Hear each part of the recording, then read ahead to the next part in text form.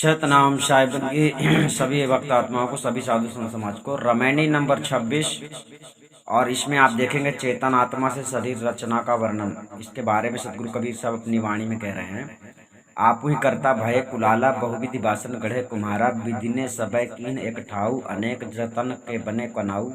जठर अग्नि मो दीन प्रजारी, तामह आप भय प्रतिपाली। बहुत जतन के बाहर आया, तब शिव शक्ति नाम धराया। घर का सुत जो होय अयाना, ताके संग न जाहु सयाना। साची बात कही मैं अपनी, भया दीवाना और की पुन्ही। गुप्त प्रकट है एक दूधा, काको कहिए ब्राह्मण शूद्रा। झूठा गर्भ भूलो मति कोई, हिंदू तुर्क झूठ कुल दोई। जिन यह चित्र बनाइया, साचा सो सूत्रीधार। कहाँ कबीर ते जन भले, जो चित्र बनते लेह निहार। चेतन आत्मा से शरीर रचना का वर्णन ठीक से सुनना समझना। सतगुरु कबीर साहब कहते हैं कि जिस प्रकार कुम्हार अनेक प्रकार के बर्तन बनाता है, उसी प्रकार सृष्टि के आदि में स्वयं चेतन आत्मा ही प्रकृति मंडल शून्य के अंतर्गत विद्या माया के संयुक्त तुरीय भूमिका पर स्थित होकर एको हम बहुश्याम अर्थात एक मैं बहुधा प्रकार की सृष्टि का सृजन करूं, इस प्रकार संकल्प करता हुआ प्रकृति रूप जड़ सृष्टि को सृजन करता भया। अतः वही चेतन आत्मा ज्योतिर्मय ओमकार निरंजन ईश्वर संज्ञा को प्राप्त होकर इस जगत का करता हुआ। तत्पश्चात वही रजोगुण की प्रधानता से ब्रह्म रूप कुलाल कुम्हार हुआ, और वही चेतन आत्मा ब्रह्म रूप बनकर सबको एक स्थान पर किया, और बहुत प्रयत्न से अनेक नाना प्रकार के शरीर रूप बर्तन बनाए, और उन सब शरीर रूप बर्तनों को जठराग्नि में डालकर पकाया। अर्थात कुम्हार जैसे बर्तनों को आवा भट्टी में डालकर पकाता है, वैसे ही चेतन आत्मा रूप ईश्वर ने भी शरीर रूप बर्तनों को माता पिता के जठराग्नि रूप आवे में डालकर पकाया। वहाँ भी आप वह स्वयं पालन करने वाला रक्षक हुआ। तदनंतर बहुत प्रयत्न करके वह बालक प्राणी माता के गर्भ से बाहर आया। तब उन्हीं का लड़का और लड़की, बाल और बालिका, और तत्पश्चात नर और नारी, पुरुष और स्त्री इत्यादि नाम धराया। अपने घर का पुत्र यदि अज्ञानी ही हो तो भी विचारशील लोग उसके साथ नहीं जाते हैं, अर्थात उसके जैसे समान नहीं बन जाते हैं। इसी प्रकार अपने शरीर रूप घर का अपना ही मन रूप पुत्र यदि अज्ञानी नालायक हो और वह सदैव इंद्रिय विषयों आदि दुष्कर्मों के तरफ जाए, तो सयाने अर्थात विवेकशील ज्ञानी साधक लोग उसके साथ संग नहीं जाते हैं, अर्थात उसका संग नहीं करते हैं, किंतु उस मन को शुद्ध संकल्पों में तथा साधन अभ्यास में लगाते हैं। सद्गुरु कहते हैं कि मैंने तो अपनी सच्ची बात तुम्हारे हित के लिए कह दी है, किंतु फिर भी तुम औरों की स्वप्न समान मिथ्या बातें सुनकर अथवा पुस्तकों में असत्य बातें पढ़ सुनकर पागल हो गए हो। गुप्त और प्रगट अर्थात गुप्त हो या प्रगट सर्व मनुष्यों की एक ही मुद्रा आकृति अर्थात एक ही प्रकार का आकार प्रकार बनावट होने से एक ही मनुष्य जाति है। ऐसी स्थिति में किसको ब्राह्मण कहा जाए और किसको शूद्र कहा जाए?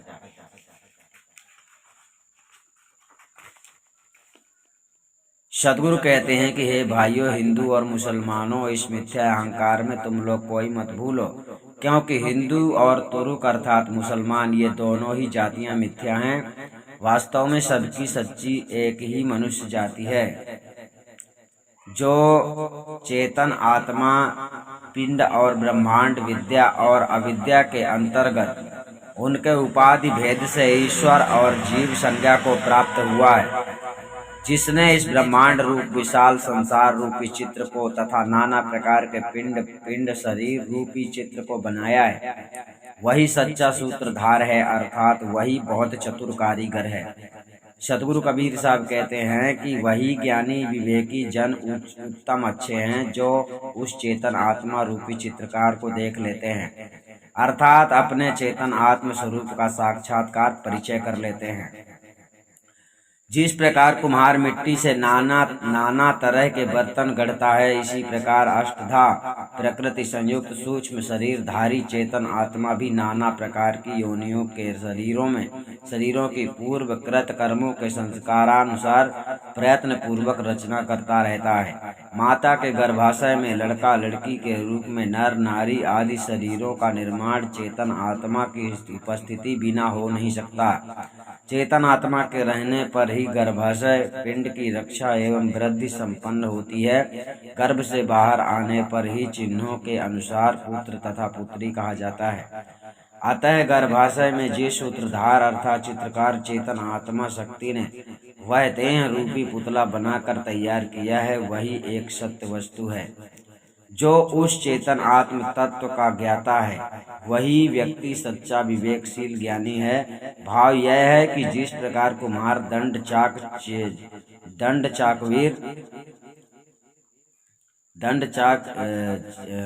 चक्रवात जो घुमाता है आदि सामग्री एकत्र कर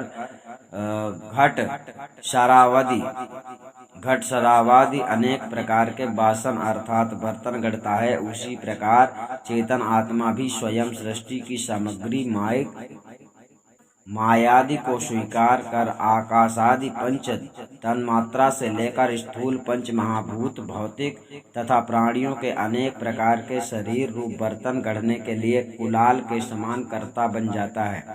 अतः किसी का यह कहना है कि कबीर साहब संसार की उत्पत्ति तथा उसके कर्ता ईश्वरात्मा को नहीं मानते थे, सो यह उन लोगों का कहना असत्य है। वहाँ पर सद्गुरु ने कुम्हार और बर्तन के दृष्टांत से यह उपदेश दिया है कि जैसे कुम्हार मिट्टी से अनेक प्रकार के बर्तन बनाता है, वैसे ही चेतन आत्मा ने भी जड़ प्रकृति से अनेक प्रकार के संसार के पदार्थ तथा अनेक प्रकार के शरीर रूपी बर्तन बनाए हैं। जहाँ कहीं कार्य कारण भाव समझाना होता है, वहाँ कुलाल तंतुवाय तथा घटपटादि का दृष्टांत देकर समझाया जाता है।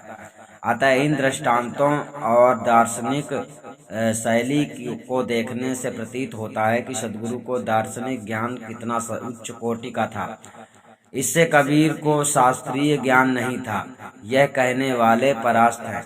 गुप्त प्रगट, जब वह चेतन आत्मा गुप्त था अर्थात स्थूल शरीर धारण नहीं किया था, तब और जब प्रगट हुआ नहीं किया था, तब और जब प्रकट हुआ अर्थात स्थूल शरीर धारण किया, तब दोनों अवस्था में एक ही चेतन आत्म तत्व जाति का है, अर्थात आत्मज्ञान दृष्टि से सदा एक चेतन स्वरूप है। केवल शरीर आदि उपाधि भेद से ही व्यावहारिक भेद होता है। ऐसी स्थिति में किसको शुद्ध ब्राह्मण और किसको अशुद्ध शूद्र कहा जाए, क्योंकि आत्मा तथा आत्मा तो कोई जाति वर्ण वाला है नहीं। यह व्यावहारिक भेद भी मिथ्या है। इस मिथ्या भेद के अभिमान से लोग गर्व करते हैं और मानव जन्म को सफल नहीं करते, इसी कारण वे अधोगति के भागी होते हैं। इसी प्रकार हिंदू और तुर्क आदि सब जातियां भी मिथ्या ही हैं, किंतु अंत में सब मनुष्य ही हैं। अतः एक मनुष्य को दूसरे मनुष्य के साथ मनवोचित व्यवहार करना चाहिए, क्योंकि आत्म दृष्टि से सब जीव एक ही स्वरूप के हैं, केवल माया उपाधि भेद प्रतीत होता है। ठीक है। इस वाणी में सद्गुरु ने अपना विवरण दिया है, जो आत्मा सृष्टि का सृजन करती है, जिस प्रकार से शरीर का निर्माण होता है, कैसे कैसे होता है, अर्थात ये आत्मा चेतन आत्मा से ही सब कुछ होता है। ठीक है।